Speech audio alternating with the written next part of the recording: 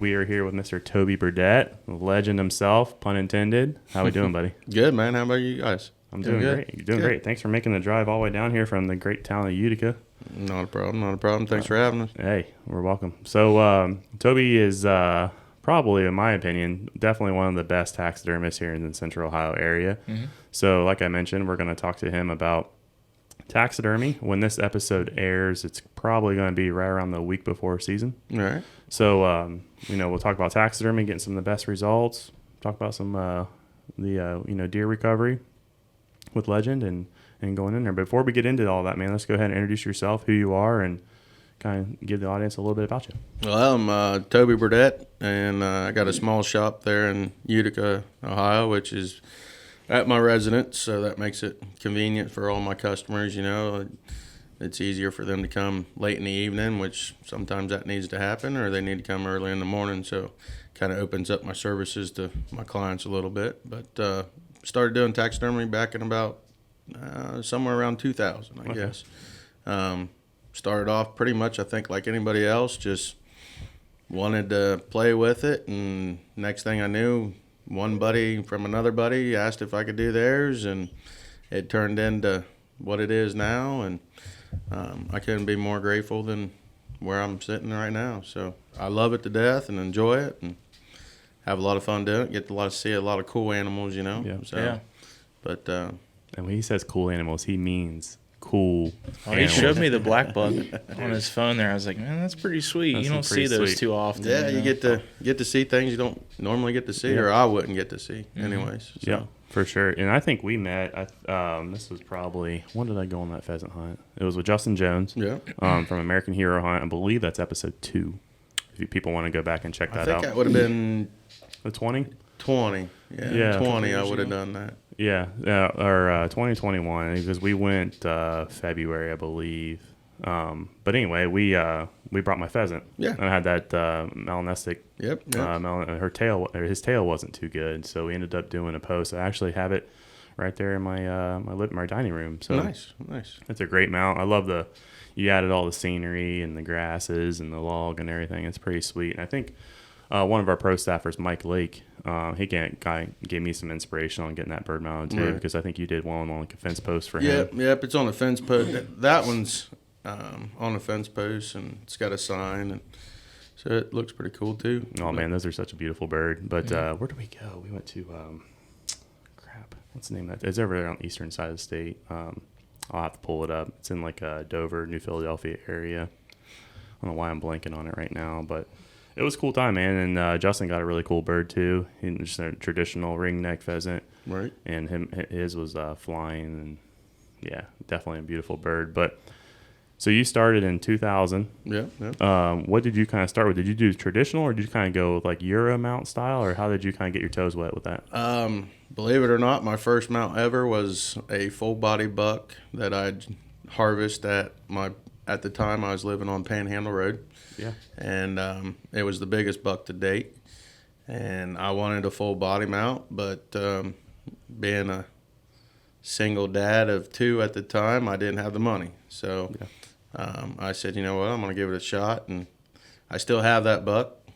It's not the prettiest looking thing in the world, but every day that I look at it reminds me how I got started. So, there's a whole lot about it I would change, and eventually one day I will tear it apart and redo it. But for right now, it's just kind of cool to, that was, we're in 2022. So 22 years ago, I mounted that thing up. That's and you get to look at it, and it's like, wow, I sucked.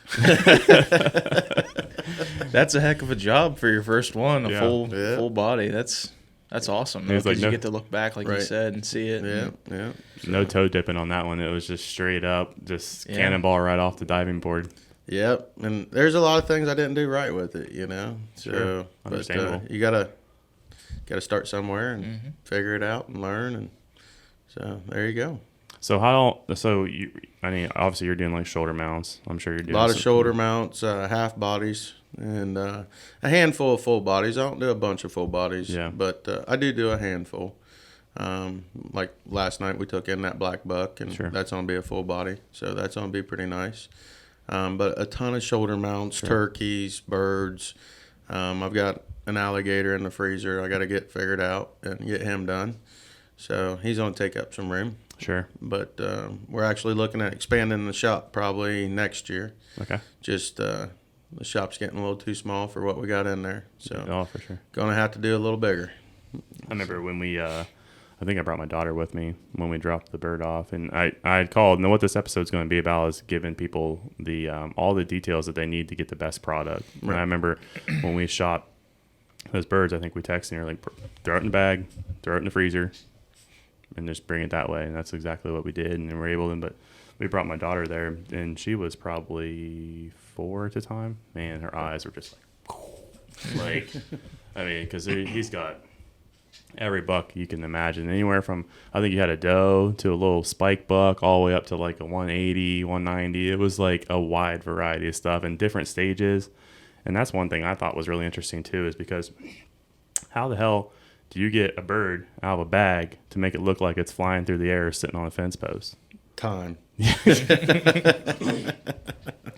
I mean, you look through the process of it. You know, as a kid, you go up and you feel like that's real. You know what I mean? We got this buck right here. I mean, it's like you feel like he's got the guts inside of him. But we all know it. You know, as adults, you know that you don't. Right. But, you know, the process of making something look like you can just reach out and touch it is pretty wild. And so it was interesting to see, like, kind of how the different forms and then, you know, selfishly, I have a bunch of questions today for myself, too. But what do you got? Before we get into that, like in your journey learning how to do all this, did you have a mentor, or did you read books or do research? Or So I originally started by the original owner of High Point Taxidermy, which would have, I don't remember Rich's last name off the top of my head. I'm drawing a blank. Right there in Thornville. Yeah, but it was Rich.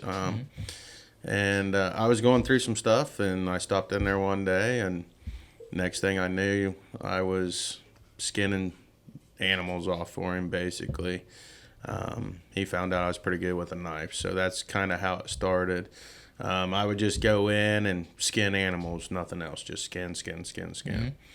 And then one thing led to the next, and I'd asked about him helping me mount something up, but we never got the time. So once I made up my mind I was going to do it, then that's when I did that full body buck. Cool.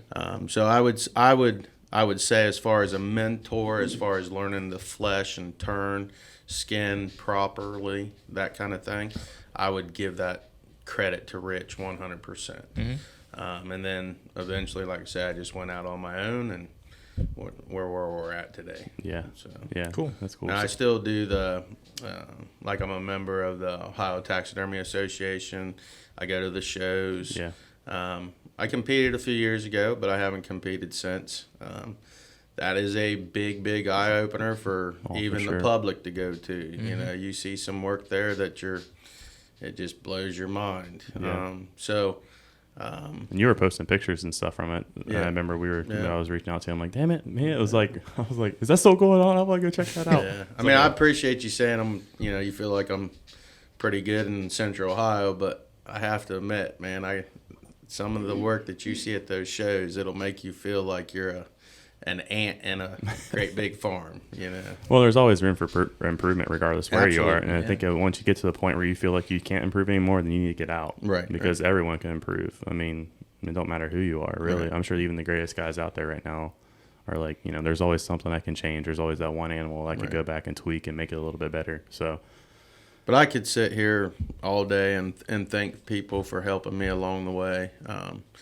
You know, I mean, there's just a ton of guys that I've called and said, hey, how do I do this? And they've been more than willing to help me out. And I'm talking local taxidermists, sure. You know, I mean, everybody kind of tries to help everybody out. You know, they're not all about themselves. And that's kind of what I like about the taxidermy world too. But I think that also goes into the outdoor world. You know, yeah, sure, we might be a little secretive about where we hunt or where we fish. But at the end of the day, if you called me up and said, hey, Toby, I need some help, or can you help me hang a stand, or what do you think of this? In the outdoor world, we're all going to help one another, for the most part. For sure. And the taxidermy world is about the same way, in my opinion, for the most part. That's awesome. That's awesome. Well, I want to dive into it. So let's take it from step by step. You know, from the moment that we harvest, and we'll get into the game recovery and stuff here after all this, but the moment that we harvest, as a hunter, what would you like to see? And walk us through, what would you like to see as me dropping it off to you? And then the process. Are you talking deer or? Let's just stick with whitetail. Okay. Primarily, yeah. We could dive down. Let's stick with whitetail, but we can dive down the bird route because the bird route, it still blows my mind. Different. I'm sure it's a little different. So let's stick with whitetail, and then we'll hop over to like the turkey side, no problem, and then bird side, and then hopefully we get some black squirrels over there for them. We got the secret spot. We already talked about it on today's episode. Actually, we talked about it. So, see what I mean? Secret spot. Yeah, not so secret. It's public. Anyone can get there, but I got the pin on my phone. I didn't give it to Ben yet. No. Well, there you go. I digress. But so let's say I harvest, that buck I got on my list right now, and from that moment that I walk up to him and get my pictures, and then start the processing side, what do you want me to do?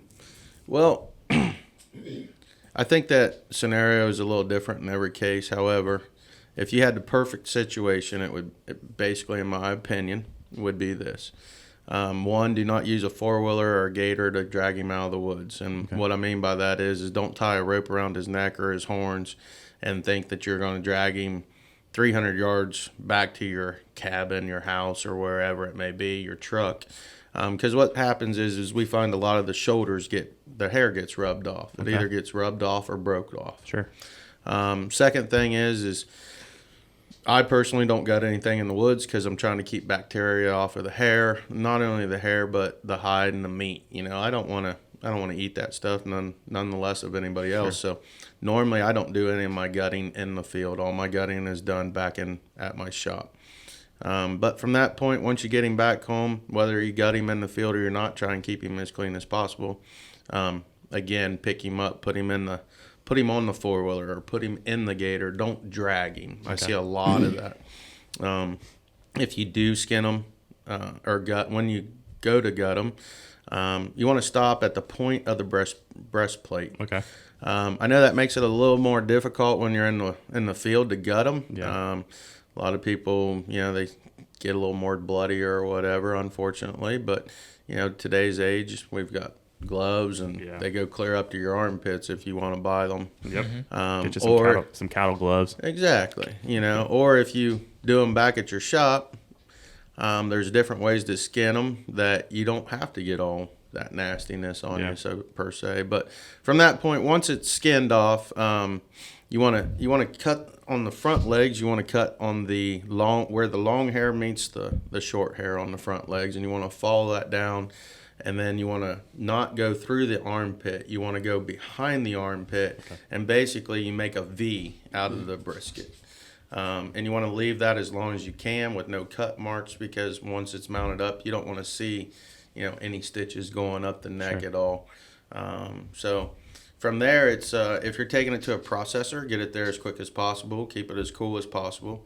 Unfortunately, take some pictures. Don't drive that thing around in your truck for a week showing your buddies. Bacteria actually starts eating the leather and the hide within several hours. Okay. I don't exactly know how many hours, but I do know it starts to work. Makes sense. Quite often, especially these early season deer, opener day. Those deer, if you let those things lay an hour, the bacteria is already kicking. The flies are already getting on them. They're already laying eggs. You got other things that's wanting to try to take advantage of your trophy as well. They've got ticks on them. They got fleas. All that stuff comes into play. Yeah. So once you get them to the processor, unfortunately, it's out of your hands at that point. Yeah. But I will say this: if the processor says that your trophy is going to be skinned off and ready for you to pick it up later that day or the next morning, be there. Go get it. Processors are great. I love them all to death. I use a lot of them. I suggest a lot of them. But a lot of people don't understand their hands are tied too. Yeah. They can only do so much. They can't put hair in a freezer. It's not legal for them to do. So you as a hunter have to protect your trophy, and that's part of protecting it. From that point, if you can get it to me right that day, get a hold of me. We'll get an appointment, get you in. If not, try and get him in the freezer. Okay. The best thing is get him froze. Don't just put him in there without a bag. Cover him up real good. Make him as airtight as you can. You don't want no freezer burn to the nose or the lips, or the ears will burn up pretty quick. Okay. But, as far people always say, well, how long can I leave one in the freezer before it's bad? That's kind of a loaded question. So I guess I'm really not going to get into that much, but it's a loaded question. All I can say is the sooner you can get it to your taxidermist, the better. Yeah, let them start working their magic on it and get it skinned out all the way through. Absolutely. Now, one thing I've always wondered is, so we're looking at this buck that we have here. How do you know, as a hunter, as you're selecting your mounts, right, and your bases, obviously, I know you have forms that you can, right. When I was over there, you showed me the book of all different forms and different ways that we can look left, look right, straight, whatever. Mm-hmm. How do I know as a hunter, when you're picking a form, what size neck I should pull out? Are you measuring all that stuff? Yeah. How's that? Yeah. So, as a hunter, that's really not something that you're not gonna know. Yeah. Okay. But your taxidermist, what he's gonna do is once he gets that cape in or your whitetail in, first thing is he's got to skin it. Obviously, a lot of guys will take a measurement. It's called an A measurement, which means from the corner of the eye to the tip of the nose. A lot of Ohio deer, and I'm going to say 2 years old and older, are anywhere from 7 to 7.5. That's about a normal eye to nose measurement. Okay. And then the rest of it all depends, like genetics, just like humans. It also depends on what time of year that animal was harvested. So opener day, you might take let's just say you got a 160-inch rack deer, but it's opening day, but his neck might only be 19 inches. Smaller. And that's your tight behind the ear measurement. Yeah. And depending on what catalog you're looking at, that is your B measurement. Okay, so that's circumference around the neck, tight behind the ear. So it might be, let's say, 19 inches. But if you would have harvested him during the rut, that neck measurement might be 22 or 23. Mm-hmm. It all depends on the time of the year. Time of the year, yep. As we all know, as they go into rut, they swell up, their necks get bigger. It's just a testosterone thing. Yep. So that's how you get that. And then you have a third measurement, which is your C measurement. And again, depending on what book you're looking at, that's just about 1 inch to 2 inches below, tight behind the neck. That's another measurement. And then you start basing, you put all those measurements together when you're looking at forms.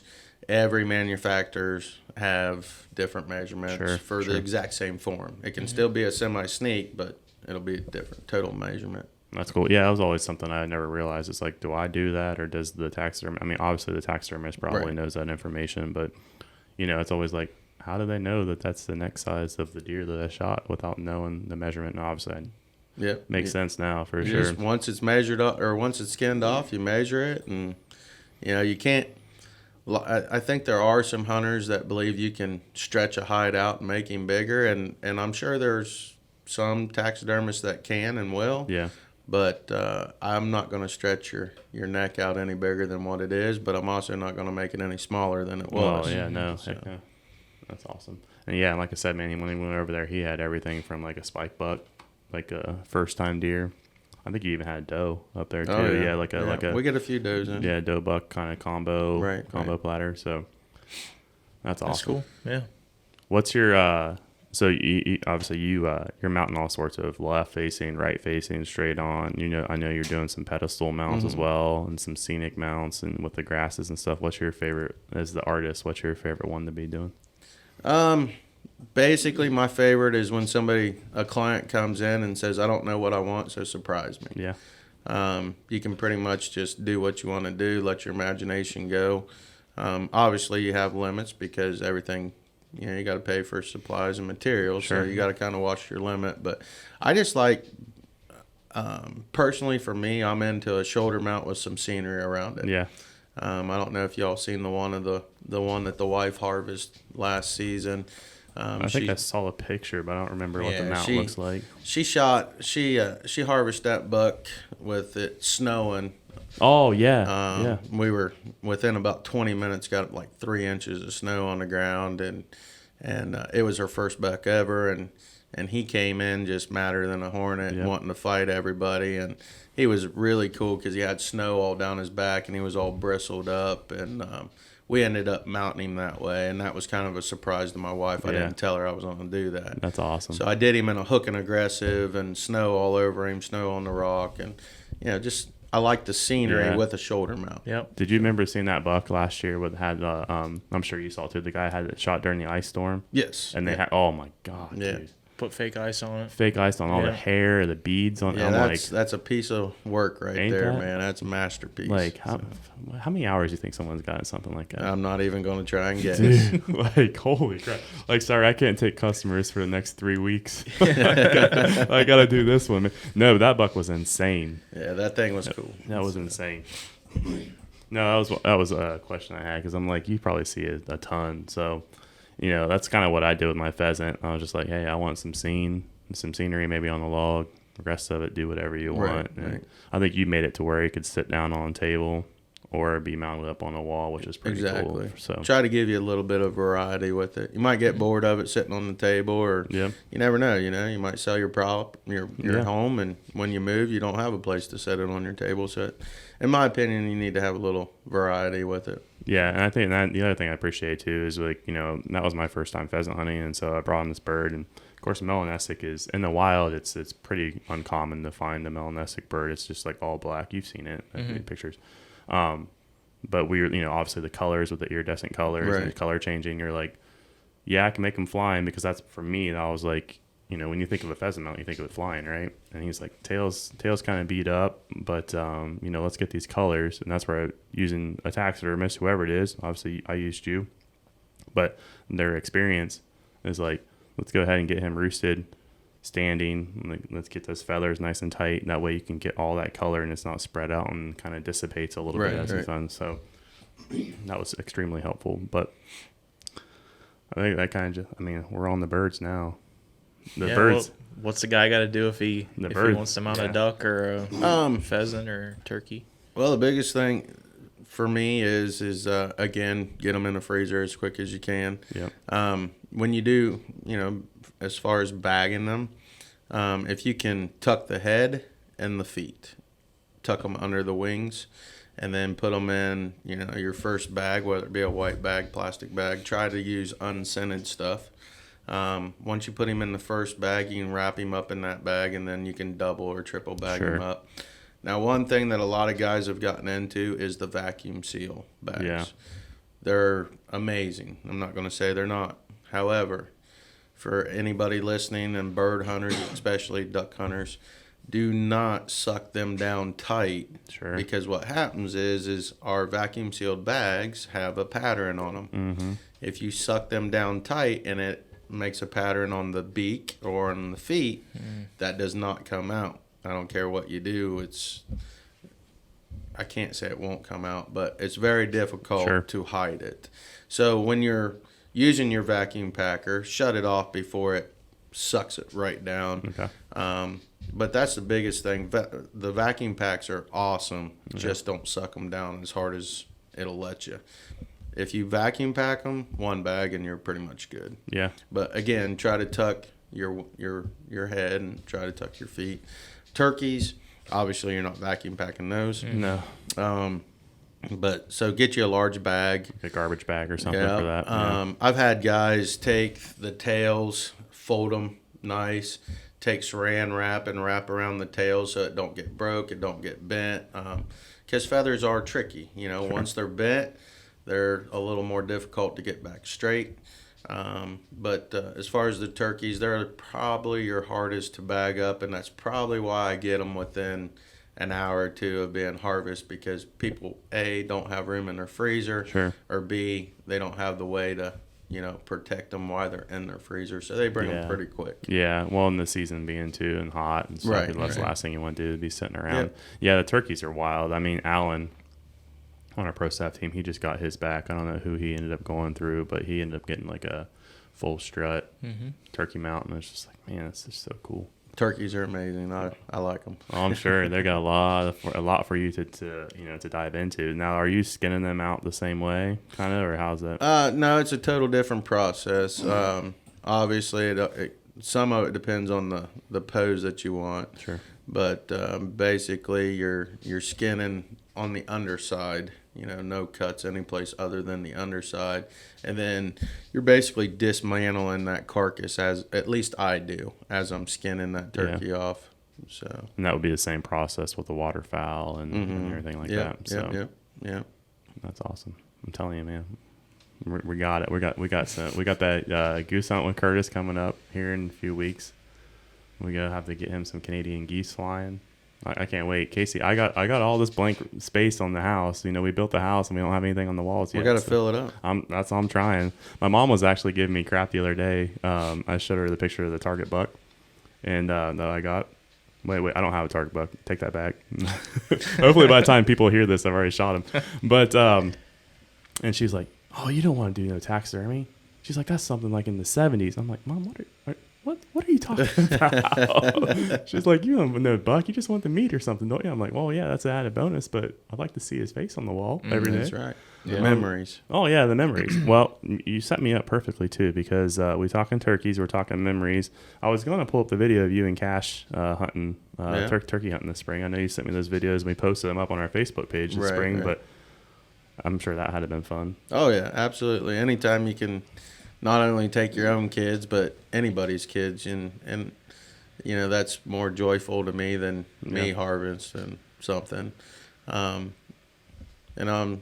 I do enjoy taking the kids out, whether it be my own or somebody else's. So yeah, and he had that. I remember it was those Jakes were sitting there, and he was doing his turkey call with his mouth, dude, and it had me rolling. Yeah, you were filming on the video. Yeah, he gets into his turkey hunting quite well, and Cash, God love him, he's got ADHD, so to try to keep him still in a stand is not always the easiest thing, as you can imagine. Oh, sure. And of course, kids alone, they're so into the video games where it's instant result. You know, so I think hunting brings them back to the realization of the world of how it actually works, not a video game.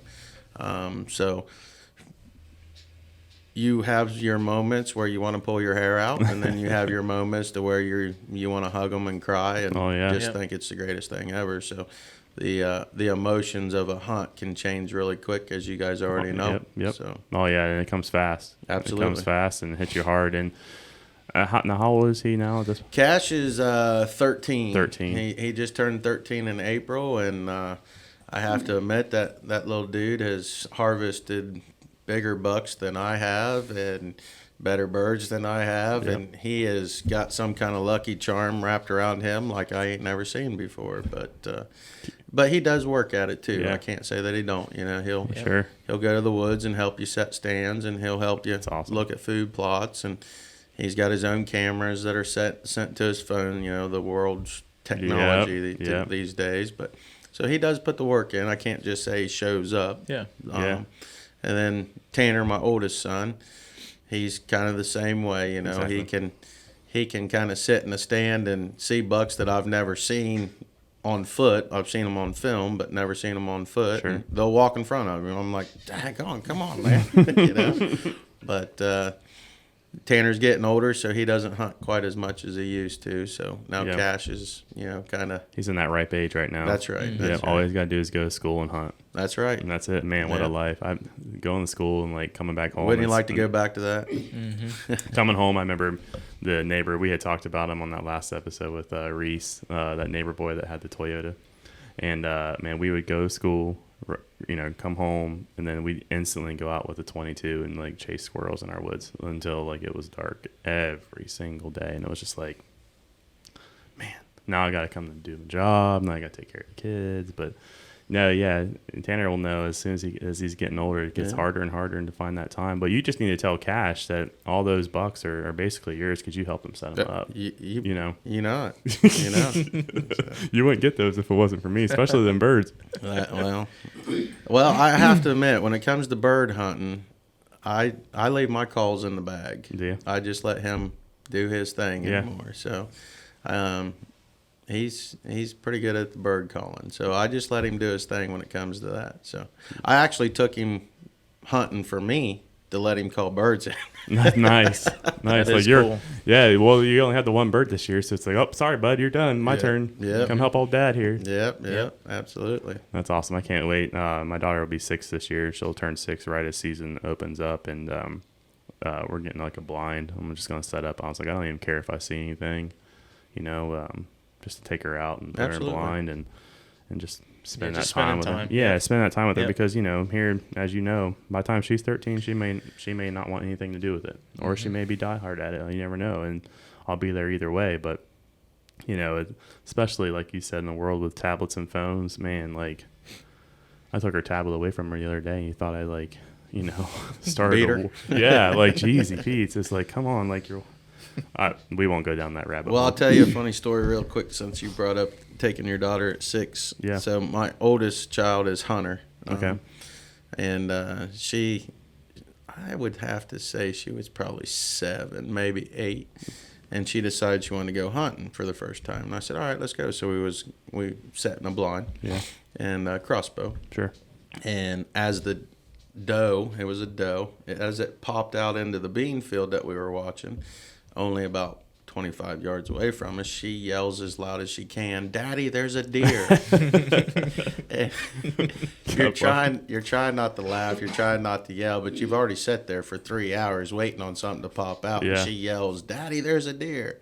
And you're thinking, yeah, and it's going to be gone. Yep. And so after you get mad, it's still standing there. And then she ended up harvesting that doe. And so you go, talking back to the emotions, you go from kind of being upset because she just yelled, "There's a deer," as loud as she could, and then to excited because she actually was able to calm herself back down and, get a good shot on it and harvest it. So that's a hunt I'll always remember.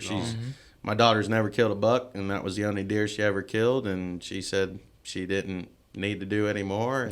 And we respect that. Oh, sure. I mean, but that's a memory that you'll take with you to the grave. I mean, you could probably visualize the time of day, the clouds in the sky. Absolutely. Like those are the kind of memories that just cemented in your mind. So when you take your daughter and she yells, "Daddy, there's a deer," just remember, take a big breath. And she doesn't. We always our house is like an open floor plan. I don't know if did you come in? I don't think you've ever been in, but it's all open and vaulted ceiling, so it echoes quite a bit. And I swear she doesn't have an inside voice, and her inside voice is not the same as what I'd like it to be. And we were filling up some corn on the permission property that we have, and I brought her with me, and we waded through the beans and stuff. And I'm thinking in my head the whole time, she's already had like 3 ticks on her this year. My wife's going to be pissed at me if she gets another one.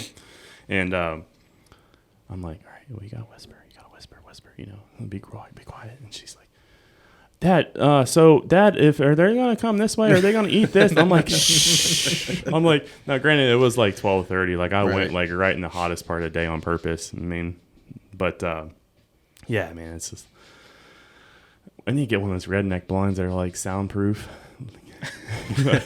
Open the window up at the last minute.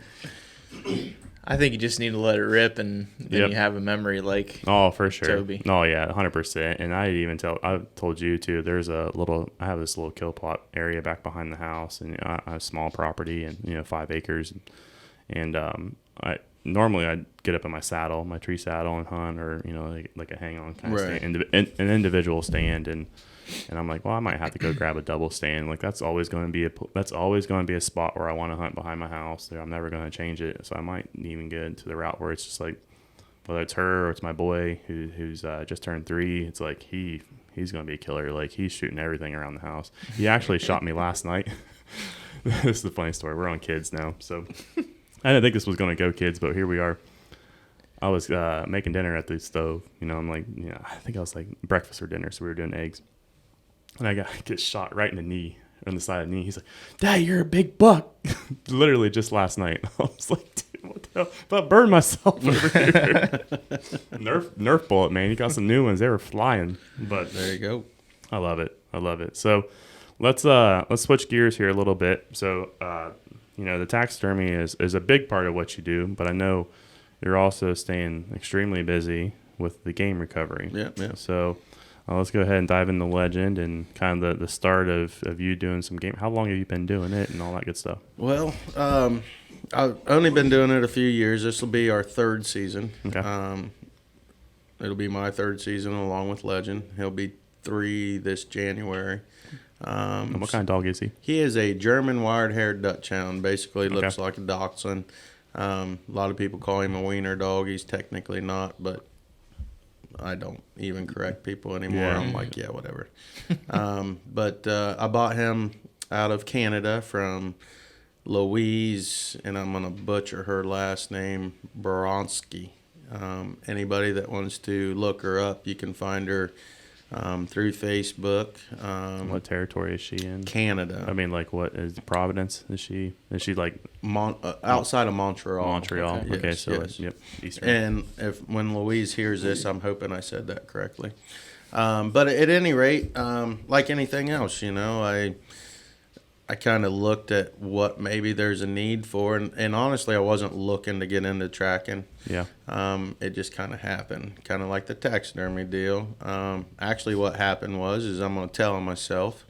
I shot a really nice buck, and this would have been in 2018, I think. Okay. And would have been the biggest buck I'd ever harvest if we could have found him. And I couldn't find him. And I looked and I looked and I looked, and maybe it wasn't a kill shot. I don't know to this day. Sure. But we never found him. He never showed back up. Nobody ever seen him. So it just makes your gut say that he's laying someplace, Yeah. But I called around trying to find a hound and somebody to come track him, and everybody was busy or didn't have time, or I was too far away or whatever, and that's fine. I can respect that. And then through the taxidermy business, I started getting people, hey, do you know anybody with a hound that can track a dog? Yeah. Yep. So one thing led to another, and I purchased Legend. And at the time, I just thought I'd have fun, basically. Mm-hmm. I did not have any idea his name and him. All the credit goes to Legend. It does not go to me. Oh, yeah. I'm going to be 100% honest. I mean, granted, there's some things that I might have to work him through, a little problem here and a little problem there, or something. But for the most part, you just let him work. He may find that deer in 7 minutes, or it might take him 6 hours. But if normally, I can't say that we find them all, because if I did, I'd be lying to you. Sure. I can tell you what his stats are, but those really don't matter as a hunter when you call me up. You just care about the one. Yeah, you care about the one you shot. You don't care about the 90 before that. Exactly. Yeah. Well, yeah, exactly. Yeah, so, to sit here and say we find every single deer that we're called on, no, that's a lie. Sure. And I can't tell you that. There's a lot of things that come into play to that. Oh, yep. I mean, anything from it wasn't a lethal shot to it was a lethal shot, and we found your gut pile, and that has happened. Sure. Believe it or not, we've tracked a deer that we knew it was going to be a fatal shot, and once we found the resting place, somebody else found it before we did, and the deer was gone. Yep. Gut pile was there, but the deer was gone. So the tracking is really, really fun. I get to meet some amazing people. Sure. And I have to admit, it has also helped the taxidermy business. I did not do it for that reason, but it has helped it. Oh, yeah. So I have to give credit for that too. But Legend himself, I mean, he's my best friend. He's like my kid. I don't want to see anything happen to him. But man, he is a hunting machine for sure. So, and I might be letting the cat out of the bag just a week early, but we're actually added a new one to the mix. Awesome. Her name's going to be Pride. Pride. Which I did not get to name her, but she's already named Pride. She's actually a 1.5 years old. She's a started tracking dog. She will be coming from Louise as well. Okay. Louise has had some unfortunate events. She broke her ankle, and she's not able to track in Canada, which their season's really short. Is it? Really short. Yeah, I think it's 7 weeks. Oh, geez. So she doesn't get a lot of tracking anyways, because of the short span. She takes as much as she can. Yeah. So Pride needs ran, and with our season being so long and as many calls as we get, we felt like we needed to kind of bring in a second hound to take some pressure off of Legend, because I wore him out last year. Oh, sure, yeah. And would that be something too, like having her being ran, like if you had buddies or whatever, but like, hey, I know where my deer is, but if you want to get the work in. That with her, she is, and that, I'm glad you brought that up, because that's something I really need help in from the viewers, the public. I don't care if your deer is expired.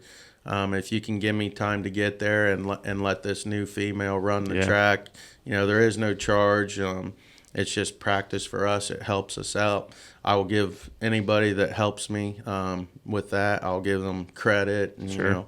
I did have some hats and T-shirts made up this off season that I plan on. Anybody that helps me out, obviously I'm going to help them out with some merchandise there. But that's a very good point. And even now, if anybody's got crop damage tags, I'd be all over those. Or like a landowner. Yeah, and even with Legend too, with the crop, because the off season's really hard because you're making mock tracks. Yep. Mm-hmm. And you can't make a mock track like a real track. You just can't do it. And Legend knows the difference. He's to the point now where he'll look at you and go, I don't care, Dad, I ain't doing it. Yeah, I ain't doing this. This ain't the real deal. Come on now. This ain't the real thing. Forget it. So, but we've tracked anything from whitetails to black bears. Hopefully, within the next couple of years, we can go out west and do muleys and elk and get into some of that other really cool stuff. So. Oh, for sure. Yeah, that's awesome. Yeah, and then so you're in like Utica, which I mean, people listening locally will know where that is, but that's northern Licking County. So you kind of got that perfect little spot, right there in northern Licking County, Knox County, Coshocton. I mean, I know, I had a list of trackers across the state that we posted, right? As season started hunting. I know you travel just about anywhere in the state. Yeah, anywhere in that. I mean, we went, excuse me, we was in Michigan, Pennsylvania, West Virginia, Kentucky. I don't think I missed any. Yeah. That sounds about right. Oh, yeah. Last season. Yeah. Well, hopefully we get a good draw on the state preserve again. That's coming back up, which you guys have heard us talk about here locally. And so it's a big property, man. Mm-hmm. We could have, I don't know. It wasn't a fatal shot. That doe wasn't a fatal shot, but man, if it was, that would have been the ticket right there, because we had plenty of room and we were tired. Yeah. So. We also know a guy too, the marine technician over at Hebron, Jake. Yeah. He's got a place where he's going to have some nuisance permits this year. Yeah. So we'll definitely let him know. Yeah. So you can get some training in. Absolutely. Yeah. I mean, all the training just helps me, helps Legend, helps the new female called Pride. And it helps us to help all of our hunters, because there ain't nothing better than to see that big smile on their face when you find it, Oh, I imagine. Now, did you do Travis's buck, Linder? Or am I thinking someone else? Right there in kind of by Trout Club. Yes. The Trout Club buck. Yeah. It was like 2 properties over or whatever. Yeah. He ended up shooting it. It was on like property that he couldn't get to or something like that. Right. And then Ed. Yeah, Corns. Yeah. I did that doe for his boy, and that's one track. Tracks like that you don't forget. Oh, sure. Again, that was a mistake on my point. I should have asked Ed if he wanted to do anything with that hide before Legend found it, because once he finds it, he rips them to shred on the back half of them. Yeah. And being Ed's son's first deer, I should have instantly knew, but I didn't. So Legend kind of messed that hide up a little bit, but we still got it tanned up for his boy. And, oh, did you? All right, yeah, cool. We'll have to see if we can get that. I didn't even know that he did any of that. Yeah, I didn't know that he tanned it either. Yeah, it's tanned and cool. It's actually in the shop. I gotta Ed, when you hear this, your hide's ready. Yeah, well, I'll swing over and tell him we're planning on going over there after this for a little lunch hour bow session. But I'll have to tell him about that when we're over there. So for people listening, if you don't know Ed is our he's the ammo as well as some hunting apparel buyer, shoes, boots, shoes and boots, hunting apparel, stuff like that, and the Traegers. Ammo. Right. Yep. All that cool stuff that we sell. So Ed's our buyer right here in the Hebron location. He's a good dude. So I know you had some stuff. What looking back at some of your track jobs, I know you post videos all the time. I think there was one, it was like 3 days of rain. He still got up on one. What's been one of the most memorable in terms of like level of difficulty for him? Man, rain actually, depending on the rain, will actually help. Yeah. Now a straight downpour, that'll kind of hurt him a little, it hurts him more than anything, but like a light drizzle or a mist, that actually helps liven the scent up. Okay. So rain, I know a lot of hunters are like, oh my God, it's on a rain tonight, we got to get it done, but it's a gut shot. Well, you're not going to go track that gut shot until 18 to 24 hours, because sometimes it takes that long. I've seen them live up to 32 hours. Yeah. So rain kind of doesn't really, depending on the rain, doesn't really affect. But getting to I would say my most memorable track, let's see. I would have to say the one that died in the pond and floated. It actually sunk probably 8 feet. And we circled this pond, and honestly, to be honest with you, I was yelling at Legend, telling him he was stupid. I'm like, dude, you've lost it. Like, there's a pond here. I don't know what you're doing. Yeah. There's a pond. Let's go. But he knew better. And he just kept wanting to go in the pond. That's all he wanted to do, was go in the pond. And finally, I'm like, man, did that deer go in this pond and sink? Yeah. So I told the hunter, I'm like, hey, we need to look at this pond a little bit closer. So we started looking at it, and I think it was his boy actually seen just a flicker of light, which would have been the deer's tail. The water must have lifted it. And we ended up getting a canoe and canoed out, and wow. He actually jumped in and grabbed the buck, and we brought it back to land. So that was pretty cool. That's awesome. That is crazy. Because I thought Legend had done lost his mark. Yeah. Like, and there it was in the water. Yeah. He knows better. What luck to just see a little flash of, Well, and I didn't see crazy. It. The boy, his son did. So that's probably one of my tracks that I'll always remember. So that's awesome. So if, again, going back to like the taxidermy stuff, if I, let's say I shoot the buck of a lifetime, and I'm not seeing sign, or I feel like I might have had a bad shot or whatever. I know some people have like a certain number that they go off of. If I don't see the deer, if we don't track the deer within 100 yards, 150 yards, 200 yards, I'm stopping. Right. What would be your recommendation to have the most success in terms of a recovery? Because obviously you're not wanting to bump them, right? Everyone has everyone's scared to bump and keep pushing into the next county. Correct. As far as the recovery goes, again, I'm fairly young into the game, so as far as my knowledge that I have up to this point, my best advice is if you're in doubt, just back out and don't even try. Yeah. And the reason being is the more scent you put there, it makes it harder for any hound to go in there. Now, I will admit, a hound that is aged and knows his job well, a lot of times the human scent won't mess him up. But for a younger dog, it can and sometimes does mess him up, because you're picking that. Actually, what a hound is tracking is not the blood. That's why you've called us in, because you don't have blood. So what they're tracking is the scent gland in between the toes. Yep. Once that animal has been wounded, he releases a different odor through that gland. Okay. And then that's what the hounds are picking up, and that's what they're going off of, because obviously there's no blood. Sure. Or very little blood. Yeah. Mm-hmm. So they switch and they hit that. Okay. So as a hunter, let's just say you shot you shot him, and now you're going to go track him, and you get to where you've ran out of sign, you've ran out of blood, and you're like, oh my, did he go this way, did he go left, did he go right, did he go straight? Yeah. And you start walking. Yeah. Well, you've already walked up that trail, and that's the trail he went, because you had sign, you had blood, you had hair, you had something that made you keep going that way. But you picked up that odor on your shoes, and now you go right, but the buck went left. Well, what do you think the hound's going to do? Yeah. He's going to get to that point, and he may go right, which is the person, but then all of a sudden you'll see Legend, he'll correct himself, and he'll come right back to that point that he went right, because it's all, I don't know how they do it, but it's like, that's not what I wanted. And he'll go the total opposite. I mean, I've seen him actually just at that point turn right back the direction we came from. That's wild. And go right back that same line, maybe 100 yards, and then veer off. And the deer, we literally would have took a stone and threw it, but he's running the track like he's supposed to, and he goes back, and there it is, you know. So the deer went the total opposite direction than what the hunter ever dreamed it would have went. That's awesome. Now, are you running like a tracking device and just letting him roll, or are you kind of staying with him? State of Ohio, you are not allowed to run off lead.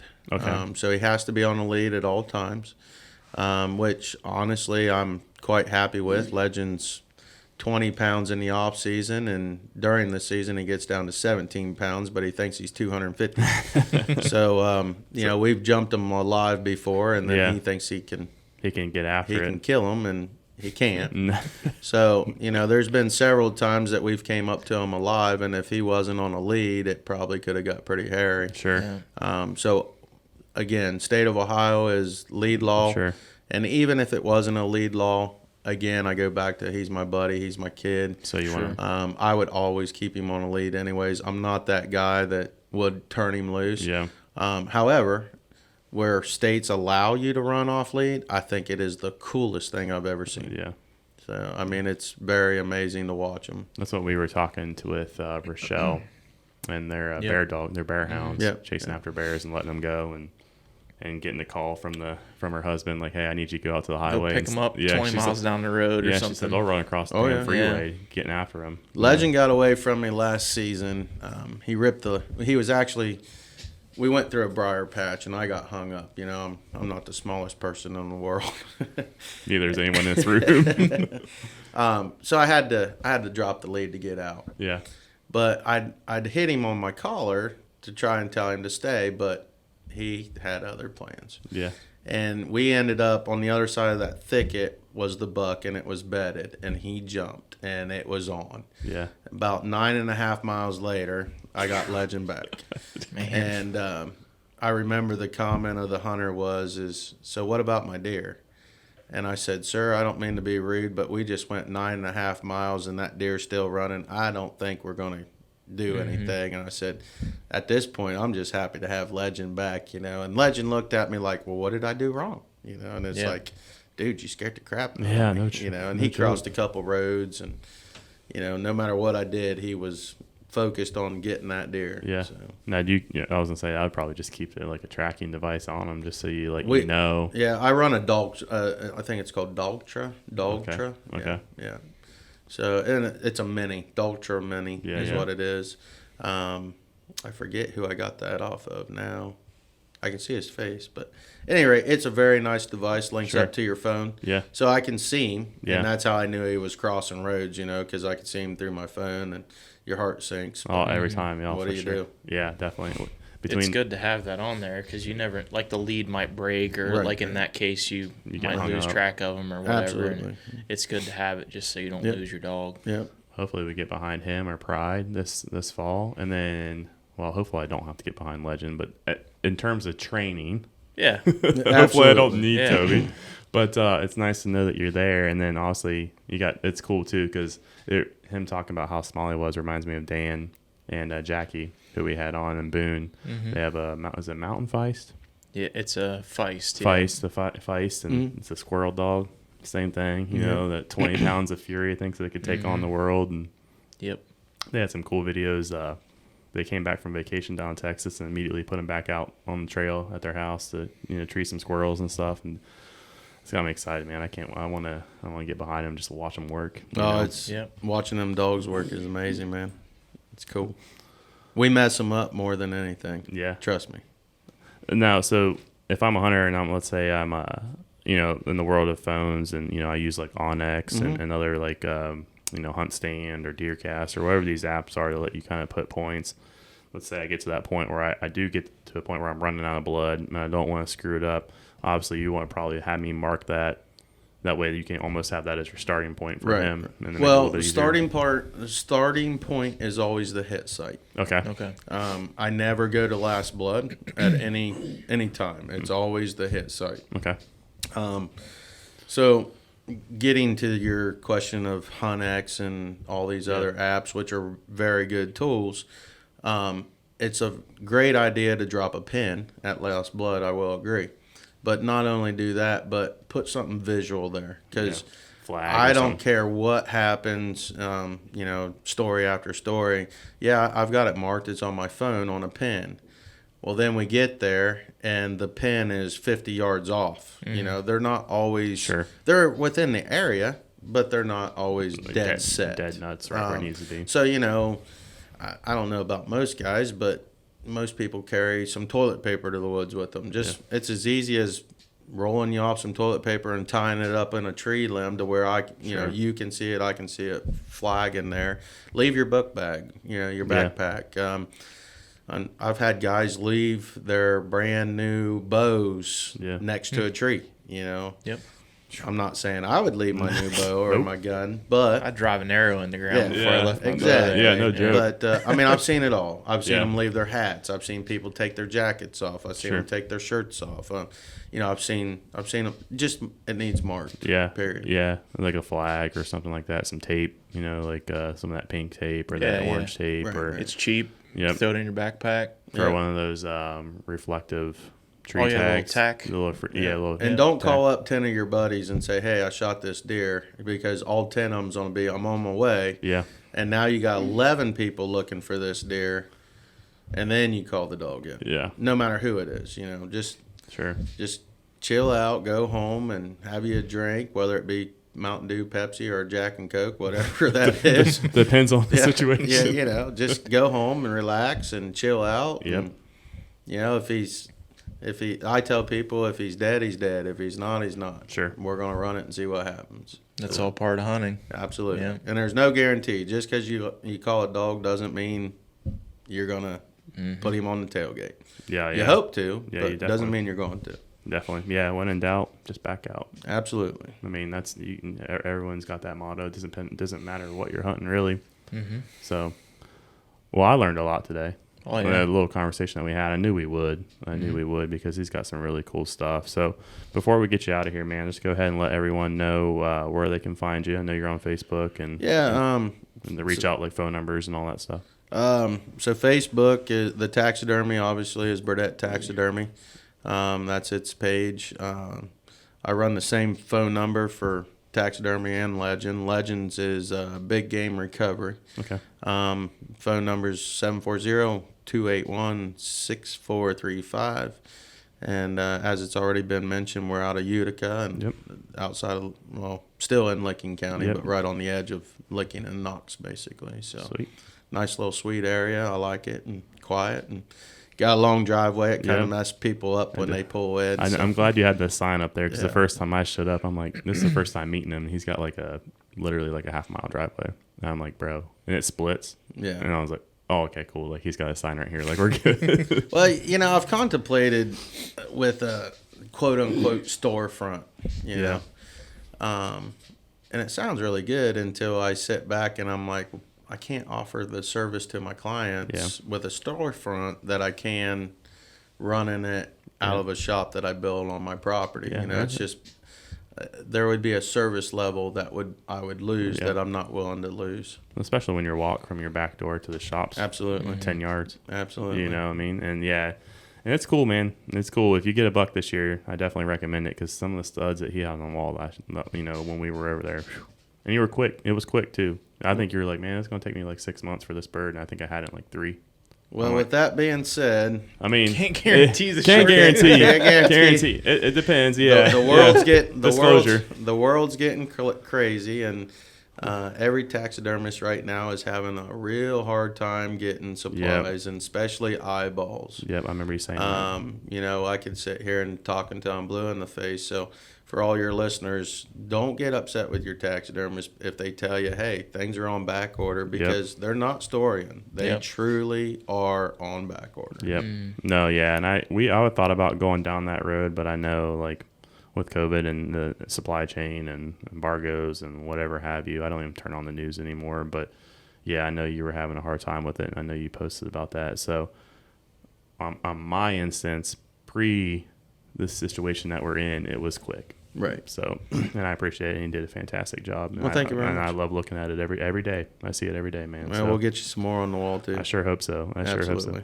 All right, everyone. Thank you for listening today, and we'll catch you on the next one. Thank you very much for having me. Hey, you're welcome, buddy. Take care. Yep. All right, everyone. That is all we have for you today. We hope you enjoyed that conversation with Toby. We're also very excited to announce that he will be joining us as our first podcast sponsor. Deer season is going to be here this weekend, so if you find yourself in a situation where you need help tracking or you shot your target buck and want to get him out, give him a call, 740-281-6435. As always, we appreciate you listening. Good luck this season, and until next time, enjoy the pursuit.